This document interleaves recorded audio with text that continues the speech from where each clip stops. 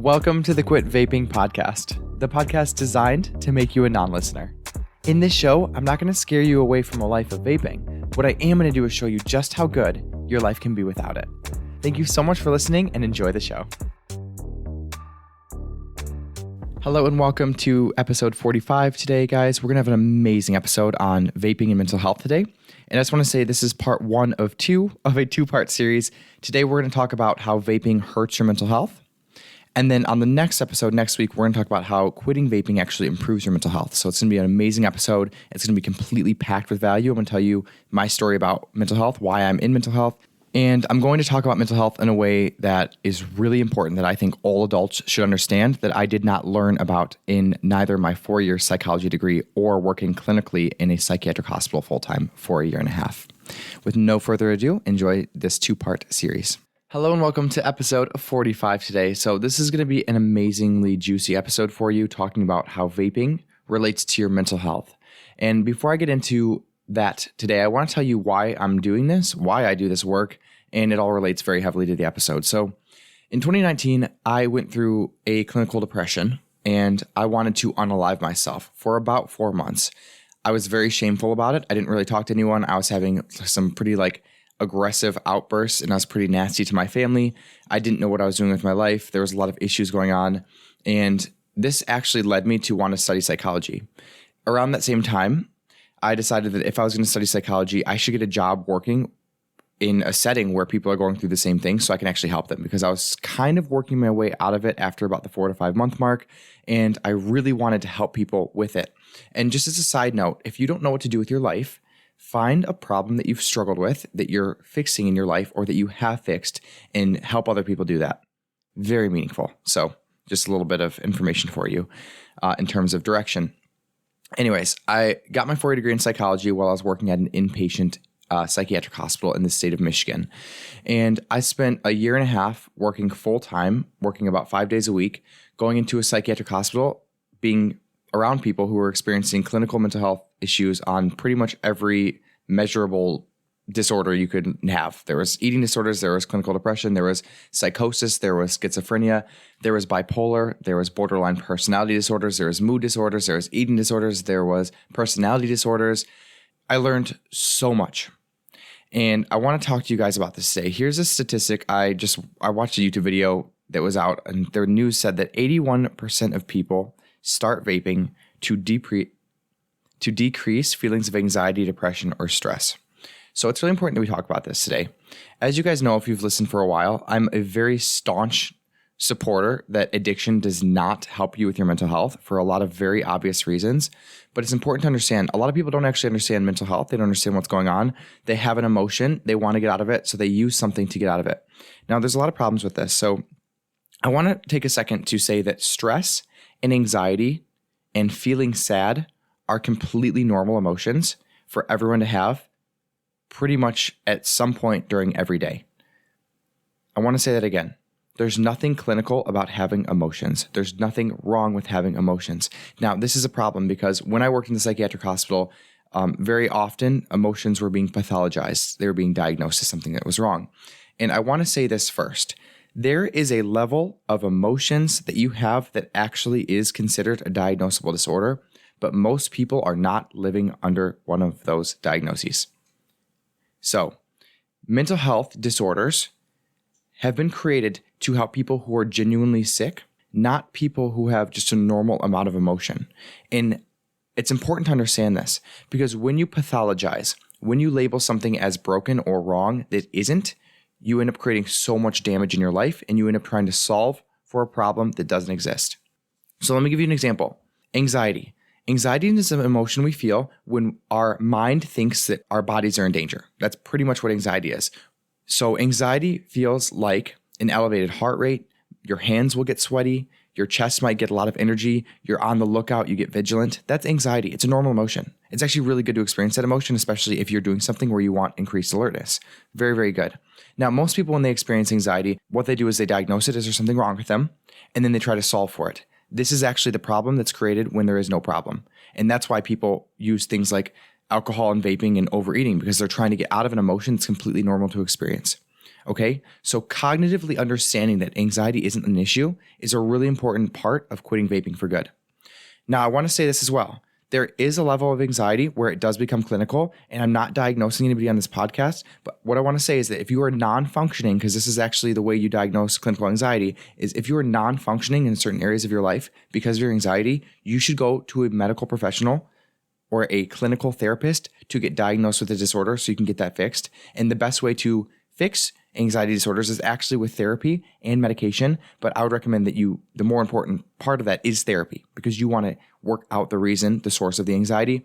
And in general, medications, I don't have a problem with them. They're so beautiful and they're amazing. But in general, medications do not solve mental health problems. They patch them. This is the exact thing you're doing with vaping. There's something going on beneath the surface. It might not be clinical, by the way. It might just be normal anxiety, and you're trying to solve for it and fix for it with a substance. Well, let's move on to the next thing. Okay. I'm trying to talk really carefully today, but it's really important to understand. And I don't want to discount, let me put this out. I do not want to discount the clinical mental health world. Okay. I spent a year and a half working with people who were very, very clinically sick, who really did need the combination of medication and therapy. So I don't ever want to discount that, but I think it's very important to understand that if you're not clinically ill and you're diagnosing yourself, or you think there's a problem that doesn't exist, you're going to create so much more harm in your life than need be. Okay. The next thing is stress. So again, I'm going to read the stat. 81% of people start vaping to decrease feelings of anxiety, depression, or stress. So stress is a completely normal emotion. And I want you to know this. And if you haven't heard me say this before, it's really important. Your thoughts create your emotions. Your thoughts create your emotions. That's how your brain works. That's how your body works. Your thought is a sentence in your mind that is optional, that releases hormones into your body. That is an emotion. An emotion is literally a hormonal fingerprint. So what I mean by that is it's a bunch of chemical reactions happening all over your body in very specific places. So that's why a lot of people can feel anxiety in their chest buzzing, because there's actually chemicals being released in your chest buzzing. That's what an emotion is. Stress is a normal emotion caused by your thoughts. And I coach people every single day. What I do as a life coach is I help you understand your thoughts and actually understand your emotions, because those are the guiding forces through everything you create in life. So if you can get a handle on those, you can actually create the life that you want. That actually does happen for people. I see it every day. I do it every day. I practice it every day. Stress is a normal emotion, and so many people create unnecessary negative emotions in their life, and they do this by not managing their thoughts, okay? So if you're the type of person who feels like you can't control your thoughts, or you spiral with thoughts, that's actually something that you can learn how to do and solve for. It's called managing your mind, and it's a skill set that's taught in coaching. If you want to learn how to manage your mind, I would recommend it, because it's the most important thing you can do, by the way. If you're not managing your mind, you're not managing anything in your life, your results, your goals, any of that. So I'd recommend that that's something you actually consider as important in your life. If you want to learn how to manage your mind, you can get coaching. You can go and learn about basic CBT tools. You can start reading about any self-help book that's good, right? Like Think and Grow Rich is a good book for that. Joe Dispenza has a lot of good work on this. Brooke Castillo at the Life Coach School. At its core, life coaching is teaching you the skill of managing your mind, which also helps you manage your body, your emotions, right? Because your thoughts create your emotions. So if you're having a lot of stress in your life, I would guarantee you, especially if you don't have life coaching tools like the ones I teach, or you have not trained in them or practiced them regularly, I guarantee you that some of the stress, if not most of it, is being created by you not managing the thoughts in your head and by thinking that your thoughts are not optional. For example, a lot of people have stress because they wake up and the first thing they think to themselves is, I'm so busy. This is one my brother's famous for. My older brother, I love him to death, but he has this expression he loves to say to everyone, he's so busy. And he's always stressed out. And guess what he does? He vapes, he uses Zen pouches, he's constantly smoking weed, he's constantly drinking alcohol, he's constantly drinking black coffee with 2 shots of espresso. Why? Because he's not managing his mind, and therefore he's feeling a lot of emotions that he's also numbing, right? So it's a thought issue. I have so many emotions I need to numb because I don't know how to think and manage my thoughts, and I don't know how to feel my emotions. Well, that's the problem. Again, that's exactly what I help people with. All right, so anxiety, normal emotion, unless it's actually clinically diagnosable. With a lot of people, and a vast majority, it isn't. So don't allow yourself to believe there's something wrong with you for experiencing anxiety. That's why you're using so many substances to get out of something that isn't a problem to begin with. The cure is learning how to feel that emotion and not pathologize it. The next one is stress. Obviously, we talked about this. Stress is just as a normal emotion as anxiety. You know what other emotions are that are normal? Happiness, shame, fear, panic, guilt, all normal emotions. Again, any one of those could be technically diagnosable. If you're so panicked that you're having panic disorder and stress and panic attacks, yes, that's diagnosable. And most likely there's some trauma behind the scenes that needs to be processed and dealt with that's creating the panic. But guess what? There's a level of panic that people have that's not diagnosable. Sometimes I panic. Sometimes in my mind, I see something and I have a thought about it and I panic and I just need to bring it back to awareness and realize, okay, that's okay. Nothing's gone wrong. I had a thought, created an emotion. I can just be with the emotion and then I can look at the thought and see if that's actually a thought that I want to keep thinking. That's pretty much it. All right. Now the third thing on here, I'm going to read the stat one more time. 81% of people start vaping to decrease feelings of anxiety, depression, or stress. Okay. So let me just say this really fast. Depression is not a feeling. Clinical depression is not a feeling. It's a diagnosable mental health mood disorder. Okay? So many people in today's society use the word depression very incorrectly. And the reason that I care about that, there's a couple reasons. One is that I've gone through clinical depression, and that is a diagnosable disorder. And actually, to be honest with you, it's really important to learn this skill set of managing your thoughts, especially if you're clinically depressed, because what happens when you're clinically depressed is you feel unworthy, you feel like there's no purpose in your life, and then you end up believing these thought spirals that actually make you feel so much worse to the point where you don't even want to be on earth anymore. It's a clinical disorder. I do believe in depression. I do believe it's a real thing. I do believe that most people that are using the word are using it incorrectly. So depression itself in the clinical sense is not a feeling that you have. It's a whole cluster of symptoms that actually does make sense to diagnose, right? And then I just want to throw this in here. I think it's very important to put this information anywhere I have a platform. Depression is a meaning deficit at its core. What that means is that suffering in life is normal, okay? Everybody experiences suffering. That's part of the deal of being a human being on this planet and being able to be hurt, right? Like physically and mentally. That's the deal. So depression happens when you actually don't have enough meaning to bear the suffering. I want you to think about meaning and suffering on a scale. It's the same scale, right? But they're on opposite sides. So imagine it's like the weight of suffering goes heavier and you don't have enough meaning to bear it, then that's where depression happens. So how do you fix for depression? You have to find meaning in your life. Now, my favorite psychiatrist, his name is Viktor Frankl. And if you've never heard of him, I would highly recommend you read the book Man's Search for Meaning. And the whole entire theory behind Viktor Frankl's work, it's called logotherapy. It means therapy of meaning, therapy of finding meaning, is that he helps you find a meaning for your suffering. And he says that at the moment that you can actually find a meaning, suffering ceases to be suffering. That's exactly what he's talking about. And I believe that that's what's happening in today's society. Why is clinical depression so high? Because as life gets easier and people don't have any meaning in their life to justify, they sit on the couch all day without any purpose, then when you suffer, it makes sense to logically get depressed. Anyways, I'm not diagnosing anybody here. I have a lot of information on depression. It's like a passion of mine. I know a lot of people don't think that depression is something they're passionate about. Well, it is for me. So I am considering coming out with a course and coming out with information. It's very, very tricky to do this legally, but I want to do a course on clinical depression solved in a life coaching non-clinical sense. And that's going to be really hard because I don't even think I can call it clinical depression and I can't solve clinical depression because I'm not licensed. But anyways, long story short, if you're depressed, go to therapy, get somebody who can help you. It is something that's temporary. It is something that you can get solved for. I promise you. I know what it's like. I promise you. I have the most meaningful life ever right now. And 4 years ago, if someone would have told me that was possible, I wouldn't have believed them, but I'm living proof of it. So anyways, all right. So clinical depression itself, yes, you should go get that treated properly. But the feeling of depression, like the actual feeling of being down, I don't even want to call it depressed because that's kind of confusing, is something that, again, it's a normal emotion that you don't need to solve for. You are allowed to just not feel great all the time. And even when you have a really meaningful life, you're going to have days where you wake up and you just feel down. And be careful not to call that depression because there's a whole lot of belief systems circling that. And you don't want to mislabel something. So when we try to pathologize something that isn't actually broken or wrong, that's when we create issues in our life. And that's when we start to use addictions in order to solve for things. So important to understand that. Now, I also want to say this. Vaping is nicotine, right? So everybody knows that nicotine addiction is why you vape, right? Nicotine is a stimulant. That means that it pretty much increases your heart rate and your blood pressure. That's what a stimulant does. Other stimulant examples are caffeine, cocaine, methamphetamines, and prescription stimulants like Adderall. Okay?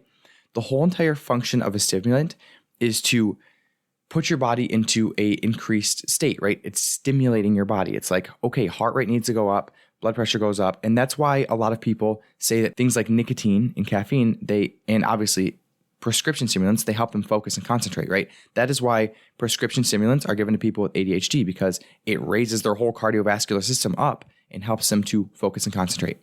But here's something I want to tell you, is that so often, especially with nicotine, because nicotine's not controlled, right? When you hit a vape all day long, you have no idea how much nicotine you're actually getting. So if you have more, I don't even want to say too much, I'm doing this in air quotes, too much nicotine, enough to raise your anxiety up, then you're actually hurting yourself, right? So many people aren't using nicotine in a regulated way. That means that they're actually using a lot of nicotine. And when you use a lot of nicotine, it raises your blood pressure up to a place where it actually gives you more anxiety. Here's why. Remember, anxiety is an emotion. It's created by your thoughts, where your mind, your thinking, thinks that your body's in danger. So it raises up your cardiovascular system and it makes you alert. So think of anxiety as the emotion that's the natural stimulant. Well, guess what happens? When you vape to get out of anxiety, it has the complete opposite effect, because it's raising your cardiovascular system up with the anxiety. It's making you more anxious, right? It's completely nonsensical to say that vaping helps with anxiety. And here's the other caveat. What is drug addiction? At its very core, being addicted to something is being dependent on something chemically or psychologically, or in the case of nicotine, it's both, right? Because nicotine is an addictive substance. So your body and your mind are focused and they need this substance. And when you do not have the substance you're addicted to, whether it is nicotine or porn or alcohol or gambling, when you don't have that substance, your body's natural response to make you want to use that substance is by creating anxiety in your body. That's the entire function of addiction. So when you're vaping, it increases anxiety. And when you're not vaping, because you're addicted to it, it increases anxiety. Does that make sense to you? The reason that people think that vaping helps with anxiety is 100% brainwashing, because that's what they've been taught by their parents or by nicotine companies, or their parents who have been taught by nicotine companies and tobacco companies that is what's happening, that's what's good for you. And I'm not saying this tongue in cheek. The reason I don't vape anymore is because I actually became honest with myself. That's it. I became honest with myself that I wasn't feeling my emotions, and I became honest with myself that actually the stories I was telling about nicotine were not true. And I say this before, and I'm going to say it again. This work isn't about brainwashing yourself to believe new things that aren't going to serve you. It's about unbrainwashing yourself to stop believing things you've been taught by people who want to manipulate you to make money. Here's the thing. I've said it before, and I kind of agree with this, and I'm on the fence. I don't think that nicotine can be used casually. And here's what I want to tell you is I went to a cigar bar about a month ago with my family's Italian. So of course there's one of them that owns a cigar bar, right? Like we're very Italian. We have the stereotypes, like cigars. My dad says you get the construction or food. And like, that's right. That's right. So a lot of my family owns construction companies. A lot of them own restaurants. And then like, I feel like just cigar bars is like a hobby, is like something totally Italians would do. So I went to the cigar bar about a month ago, and everyone in my family was getting a cigar. Like it's the whole point. You go to a cigar bar and like whatever. And I decided I was going to try it. And I wanted to test out this whole am I going to be dependent on it at the end of the night? And actually I wasn't. I smoked a cigar. It was kind of gross. It was actually really heavy. It was too heavy for me to smoke a cigar. And then by the end of the night, I was kind of grossed out by it. And I'm like, blah. And then I woke up in the morning, had no desire. But this is my experience, is when it comes to vaping, you have to understand that vapes have so much nicotine in them. So I'm going to do an episode on the documentary on Netflix they have called Big Vape. And I'm reading the book right now. By her last name is Ducharme. I don't know, but you can look it up on Amazon if you want to buy it. But pretty much in that documentary, they show how nicotine was able to be delivered in a really potent way. So pretty much if you add nicotine salts to nicotine, like the liquid vapor nicotine that they put in vapes, you can cut the harshness of the nicotine so that you can take a shit ton of nicotine into your body without it being super harsh. So that's what Juul did. Juul was kind of the one who originated with all that technology. Is like, if we add nicotine salt to it, we can make you have a huge nicotine hit and it doesn't really feel that harsh on your body. Your body's natural defense mechanism to saying that you're being poisoned is turned down when we add nicotine salts that trick your body into thinking that it's safe. That's exactly what's happening.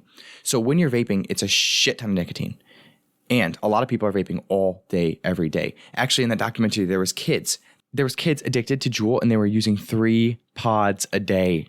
That is the equivalent of 3 packs of cigarettes a day. That's normalized now. That much nicotine use is normalized now because the companies that create vapes like Juul have actually manipulated us into believing that you can just have that much nicotine and it should be normal. You know what's so funny about that? My dad smokes 2 packs of cigarettes a day. That is completely asinine to me. That is wild. I once timed him when I was 13 years old, you guys, because I've been fighting this battle for a long time. It's not a battle, I'm just kidding. I just help inspire. But I was 13 years old. We were watching a movie, and I decided to time his cigarettes just to pay attention. I'm like, it was an experiment for me. Every 7 minutes, that man lit a cigarette, and he smoked them for 3 or 4. So like there was a 3-minute gap where he was just lighting up unconsciously cigarettes. He's watching a movie, not paying attention, lighting. And by the way, he used to smoke in the house. So you just literally be in a room. He'd turn on the fan too. So like there'd be a fan blowing cigarette smoke all around the room. So just in case, you weren't sitting on the right side of him, he wanted to make sure everybody got the smoke blown in their face. So that's my childhood. And a great man, just doesn't know how to feel his emotions, has no desire to learn. That's his biggest curse, one that's totally self-induced. So back to the story. Using vapes has so much nicotine in it now that it's completely normalized, like in a ridiculous amount of nicotine. And this is a problem because when you're using that much nicotine, I promise you, and you don't have to agree with me, but I promise you as a life coach who helps people feel their emotions every day, I promise you that's raising your stress and your anxiety. It's impossible for it not to. Imagine taking like a stimulant like coffee and drinking like 8 cups of it throughout the day. And then try to tell me that you're not more elevated in a bad way, because everybody knows that tipping point with coffee, right? You're like, holy crap, I had a 1.5 cups of coffee and I was off the ball. But we don't recognize it with vaping because we like to brainwash ourselves that it's not doing anything negative. And also, most people have not been brainwashed by the coffee companies that coffee helps you reduce anxiety. Well, you know what's so funny is that nicotine and coffee are both stimulants. So they do the exact same thing. So why is it normal to say that coffee doesn't help with anxiety, but then it is for nicotine? Because there's not $1 billion or $10 billion of advertising and brainwashing with the coffee companies, but there are with the tobacco companies. So this has been kind of a lot of an episode. The whole entire point is to say that clinical mental health is a real thing and that most of people who are vaping are misdiagnosing it, and that vaping doesn't actually help you with any mental health problems, and especially not with clinical mental health problems. How could it? Addiction will not make you a mentally healthier person. And anybody who wants to say it is, please question that with so much love and compassion for yourself, because it's not hurting me for you to believe that. Just so you know. So you don't need to try to argue with me, but look at your life. Anybody who's being completely truthful with themselves will know that addiction is not helping your mental health, and that I can. Sign up for my program. And this is what I want to say too, because people are going to have a problem with this episode. And I like to bounce on the line of controversial. I like to bounce on that line because I think that mental health care is completely broken and needs a change. So I will speak controversially, but I do want to say, and I will say this again, please, I believe in clinical problems. I believe in clinical mental health. I believe in medication, but I believe that we are far overdiagnosing, and I believe that we're far misusing medication. And I believe that a lot of times people go into the clinical world without having first understood basic mental health things that might actually be the real issue, and it might not be a clinical issue. So I do value everyone. If there's a therapist listening or a clinical psychologist, I love your work. I love your work. And I do want to make sure that I'm not, stigmatizing mental health, because it's a real thing. But I also want to tell you that the mental health care field has become, I think, just as damaging as it has undamaging. So you have to be an intelligent consumer of information, and you have to be honest with yourself. Okay? So I love you guys. You're seriously amazing. If you think you have a clinical issue, please go get licensed help and clinical help. But, you decide that for yourself. At the end of the day, I worked in the psychiatric hospital in Michigan, and it didn't really help people that much. It kind of did. But the main reason it didn't really help people in a way that would have been really impactful for a lot of the people there, I think why it just helped the small minority of people, is because it was involuntary care. And what that means is there's a system called a petition and certification, or a PIT and cert. And I'm not going to go too much into detail, but pretty much you can get petitioned by a medical professional, and that removes your rights to decide if you need care. And then you get involuntarily admitted into a psychiatric hospital where a psychiatrist can make the decision if you need to stay, which they almost always do. So you are there involuntarily against your will in a lot of cases. That does help people. Sometimes the vast majority are never going to subscribe to that kind of treatment for understandable reasons, but it's the best thing we've got going right now at the moment. And while there's benefits to that system, there's a huge flaw in it, is that if you don't have active participation in your mental health, the shit's not going to work. They can shove pills down your down your throat every single day. They can do that. It ain't going to work for you. It will, kind of, until you stop taking the pills. So you have to be an active participant in your mental health. You have to be an active participant in wanting to show up and wanting to do this work and wanting to do the emotional work and wanting to actually question the thoughts you have that aren't serving you in your life. Because if you're not there to help yourself, nobody else can help you. But you deserve help. The reason why I have a meaningful life now today, really, and why I'm in a business is because every single day I wake up and I decide to actively participate in my own mental health. And that's it. So use kind, use smart, use important. Listen, right now this course is on sale for $97. A one-time payment. You're literally on one-time payment to get all the material I teach you, the actual curriculum that's going to help you quit, and you get 2 live calls a week, and you get live call recordings. You are never going to get this offer ever again for $97 to get this much access to this high quality of a life coach. I promise you. Not for me, at least. After that, it's going back up to $297, my first 100 people, and I'm going to hold it there. And I might even go up after that because this program works. It's helping people. It's hugely impactful, and it's going to change your life on so many dimensions. I'm actually really excited to say that I'm going to start having people come on who are my testimonials, and we're going to talk about how this work has changed your life. But if you're not sold on the $97 offer yet, then you can stick around and wait for those. But it's going to be about a month till those come out. So I'd recommend you get in because I think in a month, this program will no longer be $97. So thank you for being here. If you have any questions, please let me know.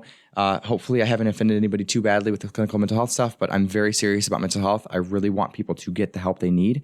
And this is work that I'm going to be doing for the rest of my life. And I'm very, very passionate and intentional about the way I speak. So thank you guys for being here. I will see you on the next episode. What's up, guys? I hope you're enjoying the show and that each episode is bringing you one step closer to becoming a non-listener.